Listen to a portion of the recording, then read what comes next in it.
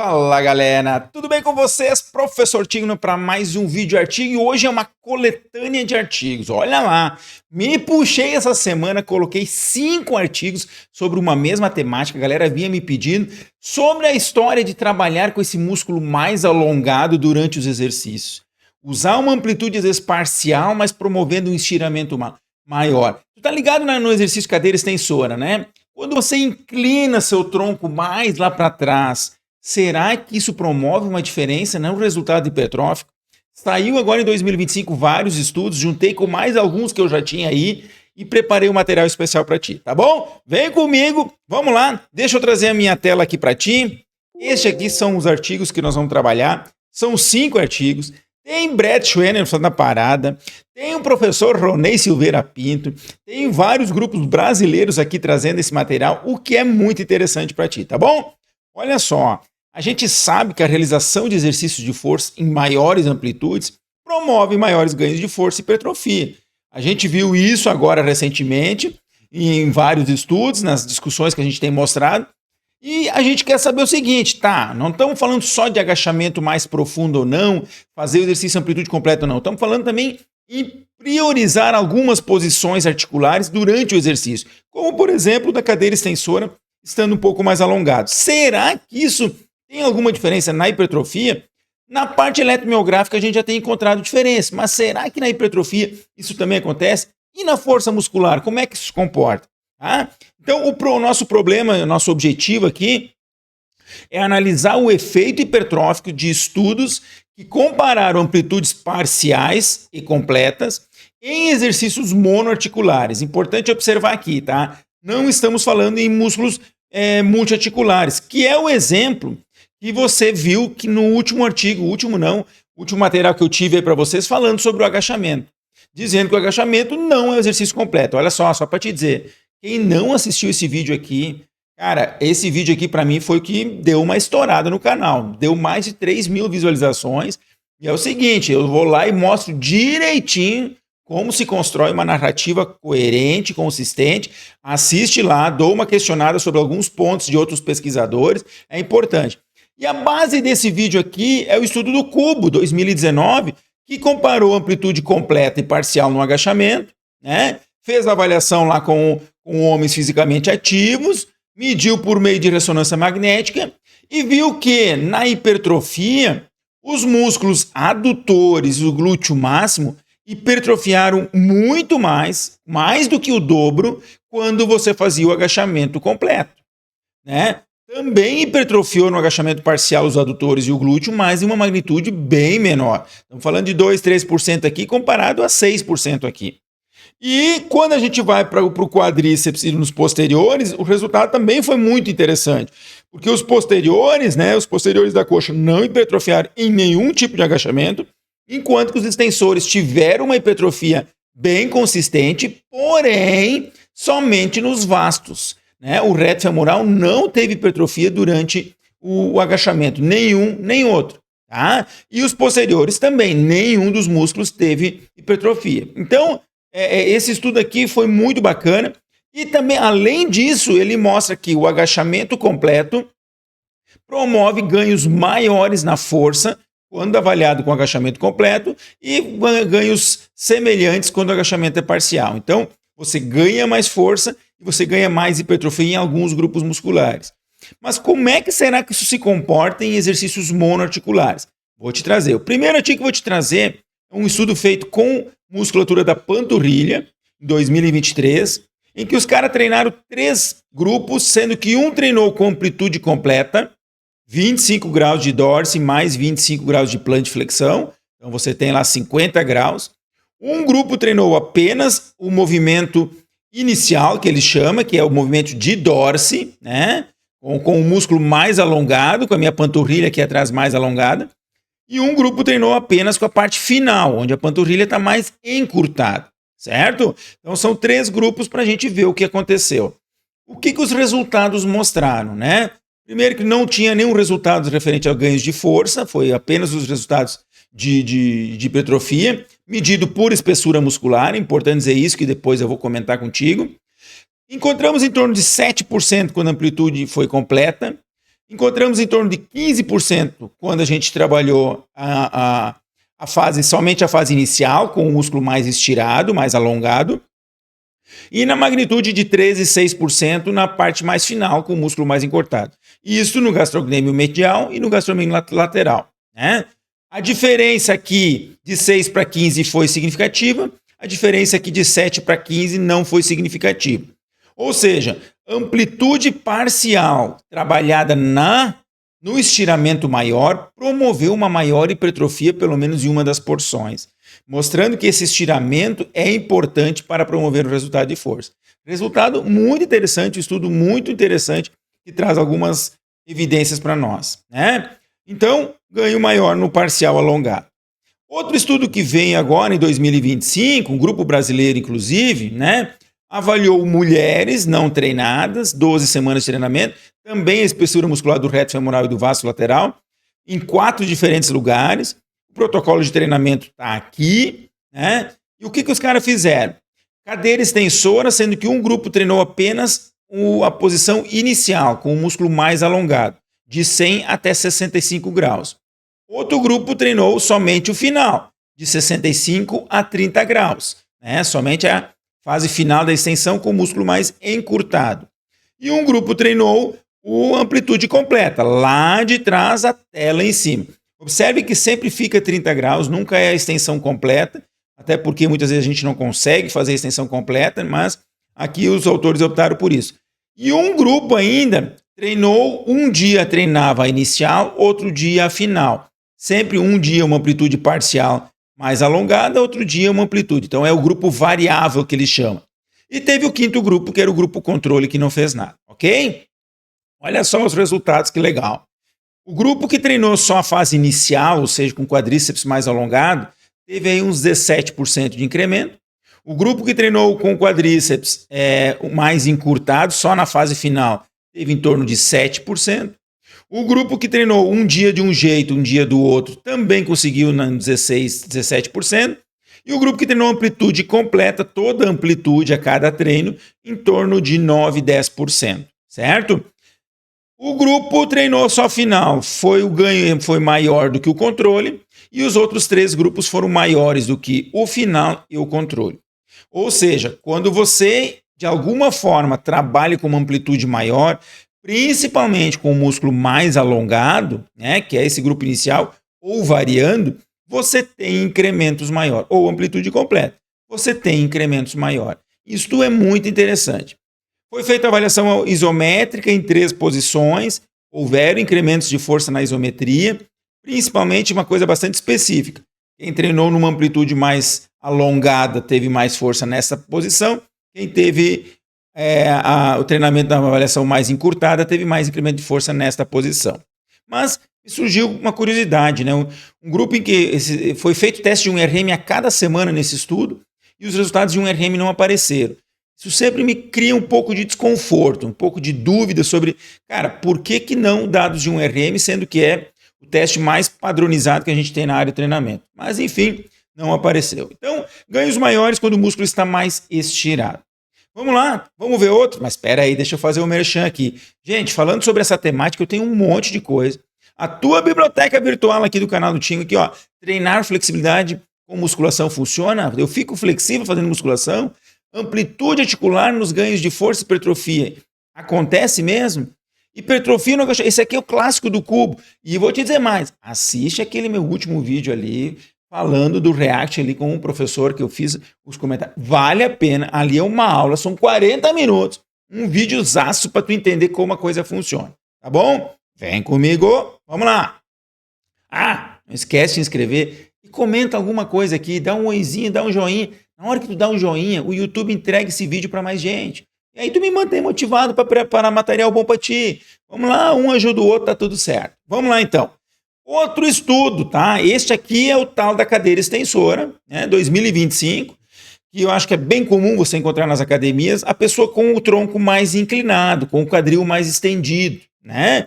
Então, você tem daí 40 graus aqui de posicionamento do quadril e aqui tu tem 90 graus quando você está mais sentado. Isso tu faz, quando você está mais sentado a 90 graus, faz com que o reto femoral se aproxime mais do joelho. ele fica menos alongado.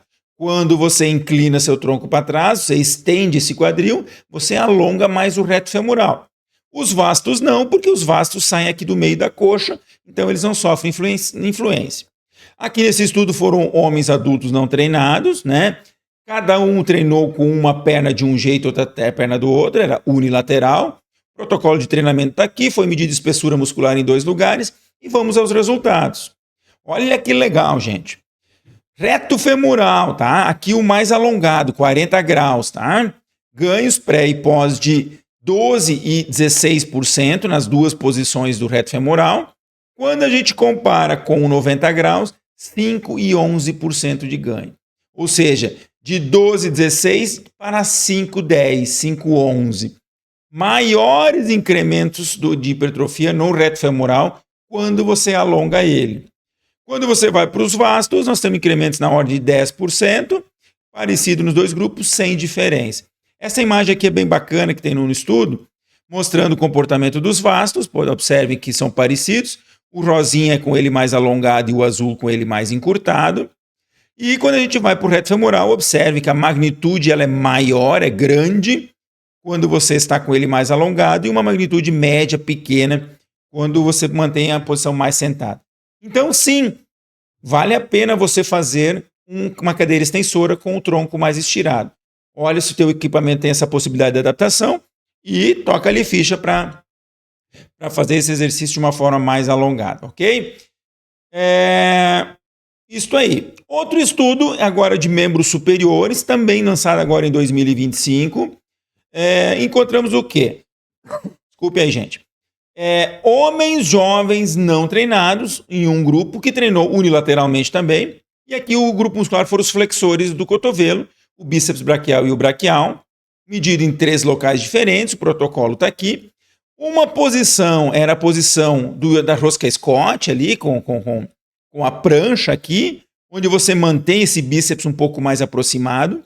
E a outra posição você tem com a polia na parte inferior. Importante que os dois foram no mesmo equipamento na polia. Muda o banquinho aqui, e aí você treina com a polia atrás e você alonga mais na parte proximal este bíceps. Então, uma posição mais encurtada e uma mais alongada.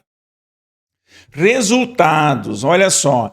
Bíceps braquial na posição proximal não houve diferença. Houve incremento, mas não houve diferença entre os grupos.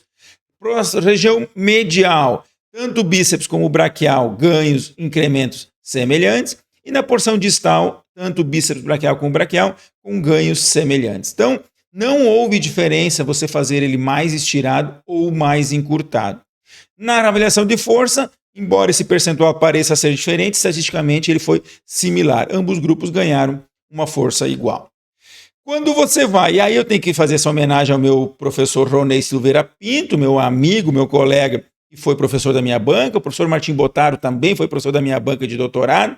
Já em 2012 essa galera já falava disso, e esse estudo aqui foi muito bem feito, onde se avaliou uma amplitude parcial, somente 50 graus, na região intermediária aqui da rosca Scott, comparado com a amplitude completa, né? E, inclusive, assim, nesta parcial usando mais cargas, né? Comparado a essa turma aqui que usou carga menor, porque a amplitude era mais difícil. 3 grupos, um grupo treinou de um jeito, outro do outro, e o grupo controle. 10 semanas de treino, espessura muscular e força foram avaliados. O que encontraram? Incrementos semelhantes na espessura muscular na hipertrofia, com amplitude completa ou parcial, mostrando que, claro que essa amplitude parcial aqui foi numa região intermediária, não foi na posição mais alongada. Observem que é um pouco diferente do que os outros estudos fizeram, mas mostrando que amplitude completa. Agora, é importante também observar que, embora os ganhos sejam similares na parte de hipertrofia, os ganhos de força foram superiores, bem superiores, né, 10% a mais, no exercício realizado de forma completa. Então, exercício completo promove maiores ganhos de força e similares ganhos hipertróficos. Algumas considerações importantes, isso eu tenho que te falar. Então, assim, membros inferiores, quadríceps e panturrilha, pelas poucas evidências que nós temos até agora, os maiores ganhos hipertróficos são constatados nas amplitudes completas, quando você faz completo, você tem o estudo do cubo, você tem outros estudos, ou quando você faz ela parcialmente, porém com ele mais estirado, com ele mais alongado. Então, realmente funciona. Pensando em membros inferiores, funciona você trabalhar em amplitudes maiores para promover maior ganho de hipertrofia, inclusive com alguns resultados maiores ganhos de força. Já nos membros superiores, o bíceps braquial e o braquial, o pré-estiramento ou as amplitudes completas não resultaram em alterações hipertróficas significativas. Eu vou dar uma opinião minha aqui nessa história aqui. Eu acho que principalmente a grande sacada aqui foi que o grupo muscular bíceps braquial, e pode ser que vocês concordem comigo, é um músculo muito difícil de se alongar. Você não tem aquela percepção de um estiramento grande do bíceps. Você pode tentar botar em qualquer posição o seu bíceps, fazendo abdução horizontal, fazendo uma hiperextensão. Você vai perceber que você não tem aquela sensação de alongamento, porque é uma região com muita maleabilidade, escápula ali. Então, quem sabe se nós pensássemos no posterior, no tríceps, né? Quem sabe o tríceps a gente consiga uma posição de maior estiramento e o resultado pudesse ser diferente. Mas é apenas uma suposição, temos que investigar com outros estudos. E importante, né, gente? Os ganhos de forças foram superiores nas amplitudes completas em alguns estudos, boa parte dos estudos, outros estudos inclusivos, porque ou não tinha o teste, ou o teste tinha um teste diferente, mas de qualquer forma, a força parece ser mal aumentada quando você usa amplitudes completas. Então, gente, pensando em questões bem práticas, o que eu vou fazer? Treinar com amplitude completa para potencializar os ganhos de massa muscular e de força. Então, dentro da tua limitação, dentro da tua capacidade, do teu desconforto, dentro da segurança que o equipamento e o exercício oferece, você usa amplitudes completas, principalmente pensando em membro inferior, em potencializar os ganhos hipertróficos e de força. Nas amplitudes parciais, se você quiser usar amplitudes parciais, faça isso na fase de maior estiramento. É isso mesmo, o mais difícil é o melhor. Ah, mas é melhor? Não, pois é. Então a gente está falando de fazer justamente na amplitude do maior estiramento. E isso é verdadeiro, parece até então, somente para membro inferior. No membro superior, parece que não houve diferença. Ainda, se posicione no exercício de tal forma que você possa promover esse estiramento do músculo. Ache a posição em que o músculo fique, ou escolha o exercício em que você consiga realmente ter esse alongamento bem estirado. E aí é fundamental dizer, né, gente? Precisamos de mais estudos, principalmente todos esses estudos avaliaram por espessura muscular. A gente sabe que a margem de erro da espessura muscular é relativamente moderada e pode ter uma interpretação equivocada. Vamos ter que fazer estudos com ressonância magnética, com padrão ouro.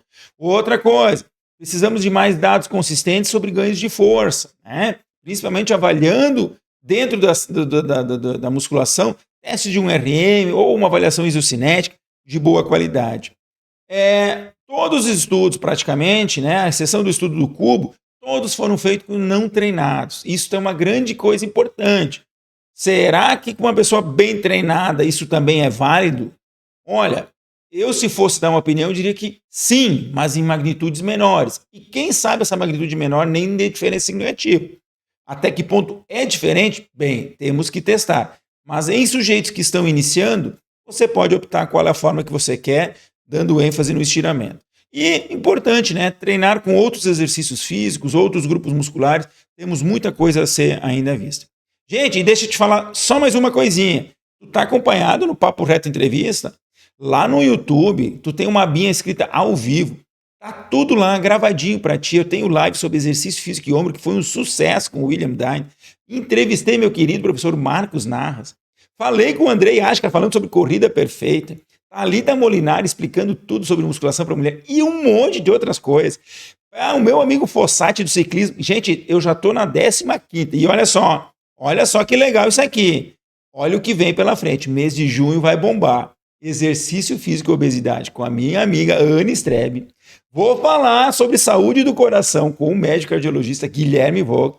Então te prepara para as lives de junho que vem muita informação boa. Mas não esquece, né, gente? Se tu não curtir, não comentar, não compartilhar esse meu material, aí tu me quebra, né? Pô, eu tô aqui trabalhando duro, querendo a tua audiência, fazendo um trabalho de qualidade, com credibilidade. Eu quero que tu me ajude aí, dá um joinha, só bota um ok, dá um likezinho, compartilha com algum amigo. Eu tenho certeza que isso já vai me ajudar pra caramba. Tá bom, gente? Então era isso. Espero que tenha gostado, tirado tuas dúvidas. Qualquer coisa, comenta aqui, eu te respondo, te garanto. Valeu, gente. Um abraço, até mais. Valeu!